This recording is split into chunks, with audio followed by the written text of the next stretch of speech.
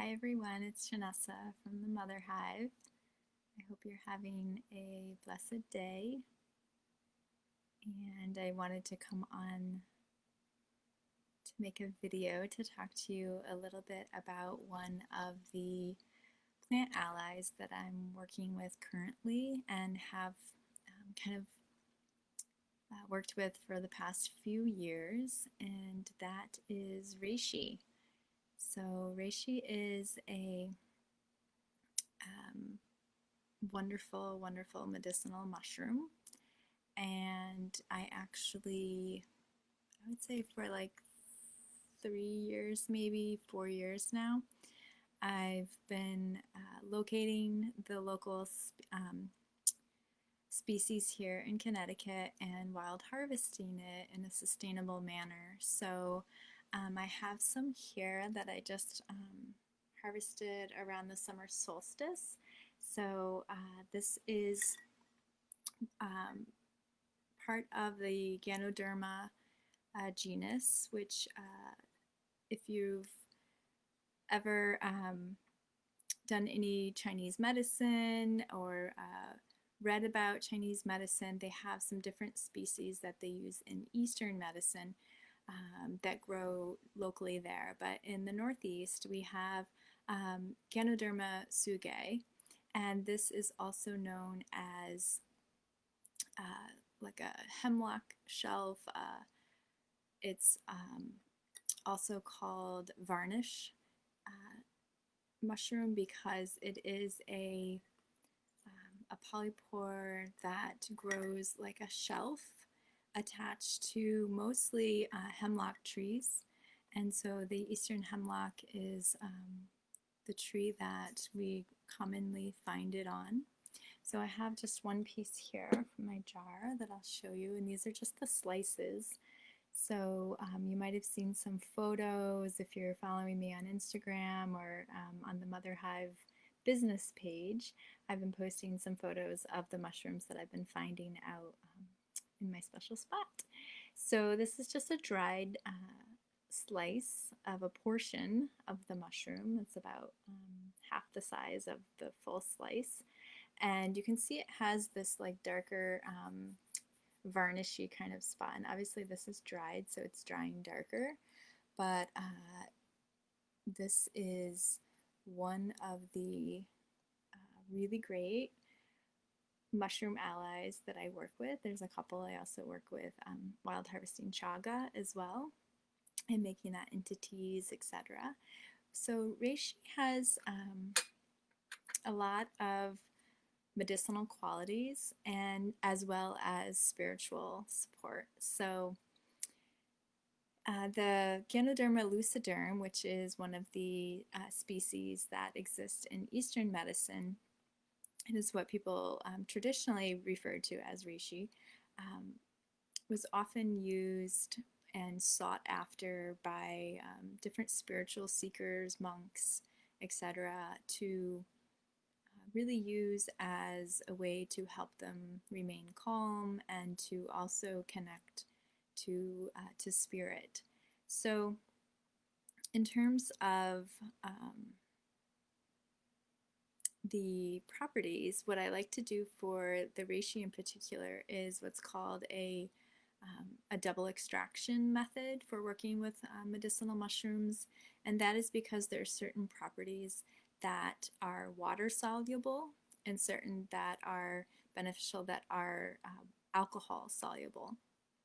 So the water soluble properties are what's called beta glucans, and the tripertines are alcohol rather soluble.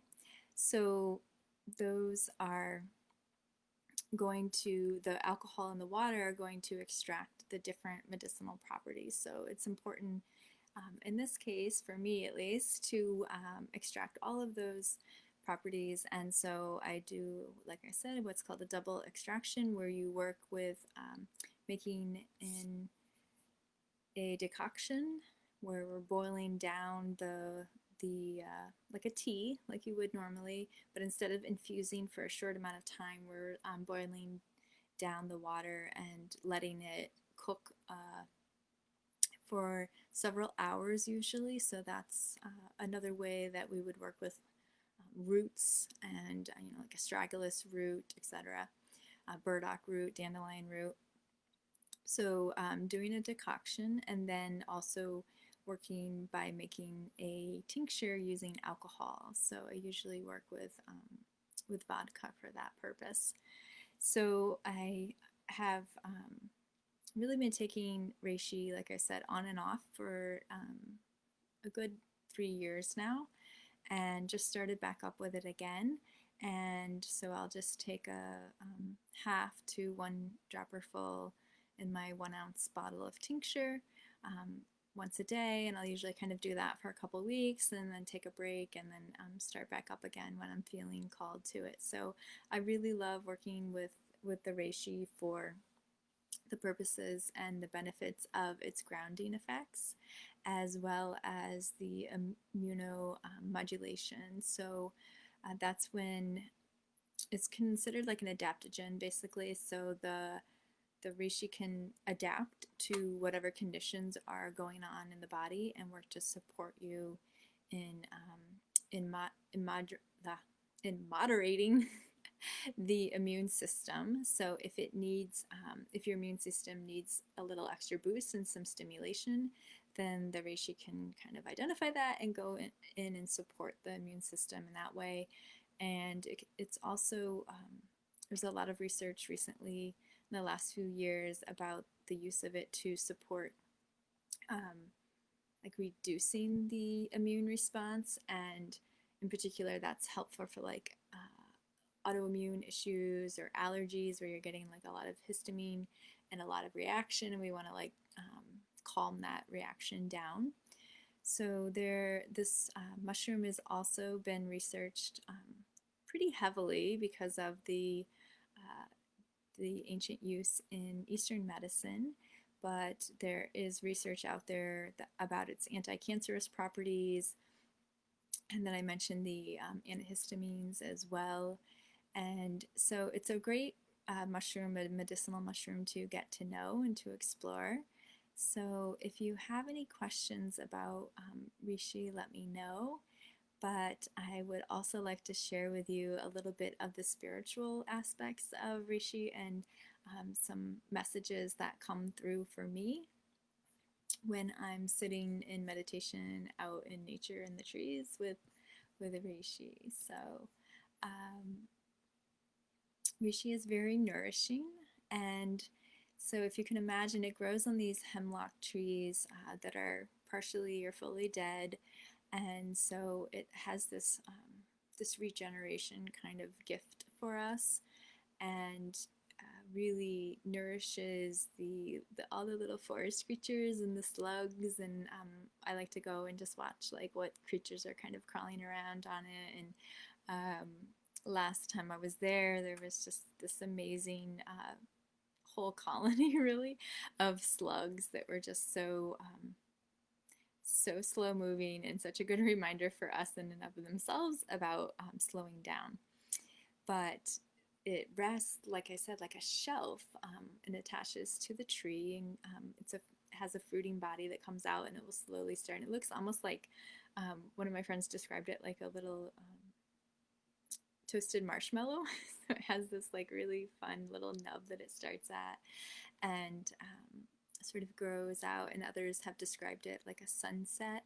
So it's just this beautiful yellows and oranges and reds, and really really beautiful when you look up at it and see it growing on the tree. And often there's more than one, so you'll get like a family of the shelves growing around the base of the tree or the trunk of the tree.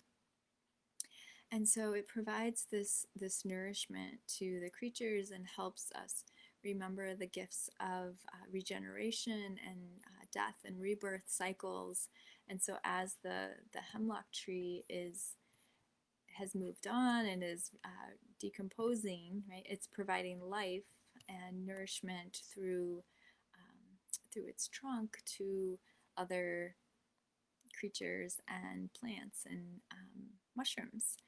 So it stands really far high. So oftentimes when I'm mushroom hunting, my eyes are down to the ground and I'm looking out on the forest floor. And in this case, we're usually like looking up at the trees and trying to find the places where, and it does grow near, like if a tree is fallen, it might grow near some water or something on the ground.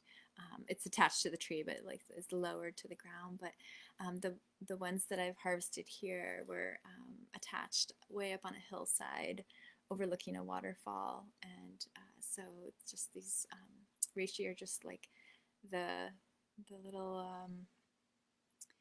gods like watching out over the a valley below and the waterfall and the stream and everything. So it's just quite beautiful.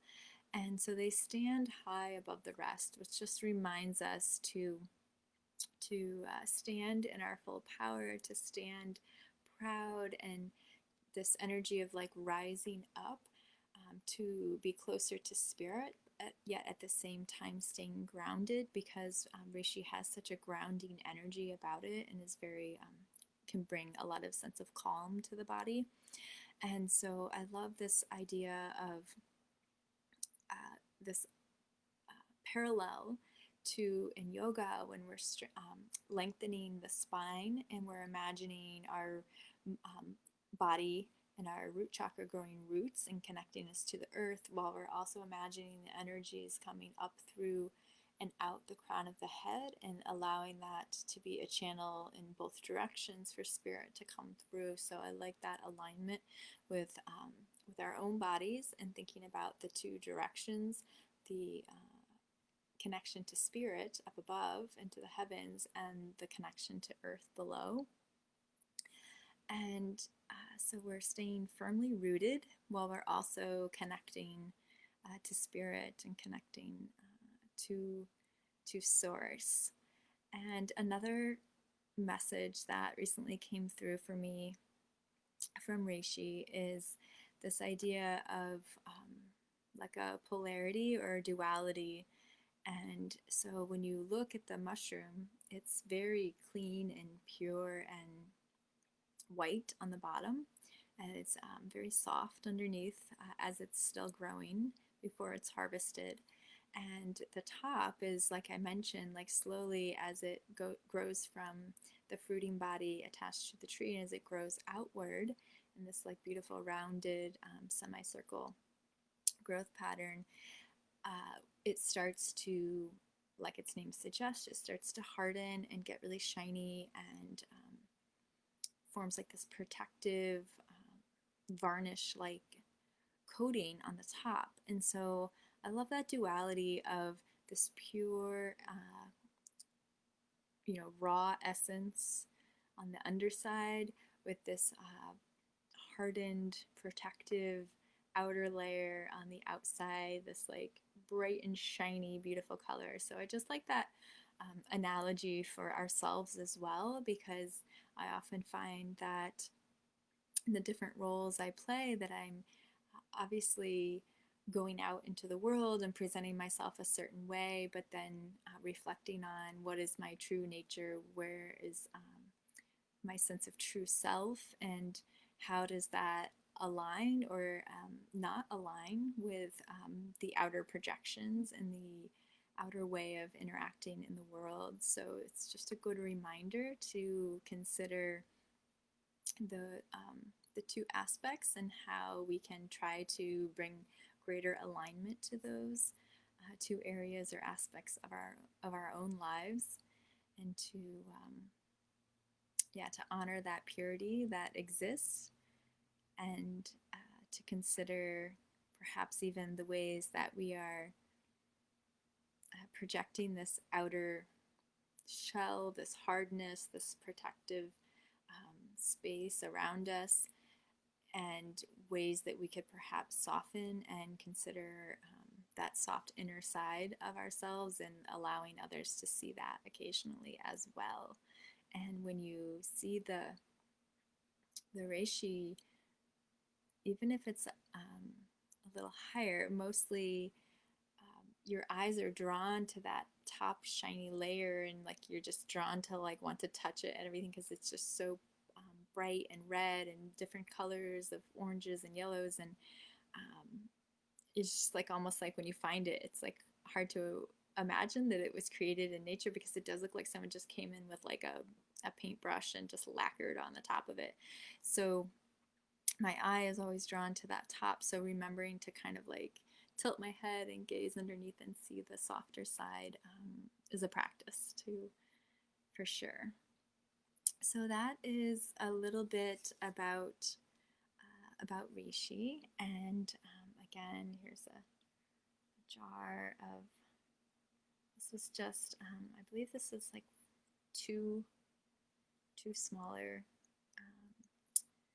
specimens. So you can tell there's a lot of medicine that's given to us from them. And so it's important, if you were to want to look for it, that you find a local guide and that you're able to get a clear, definite identification on the mushroom to ensure safety and accurate identification, obviously, and also to consider that like I said, I harvested this one in June, so that is typically the time in the Northeast, or at least in Connecticut, that it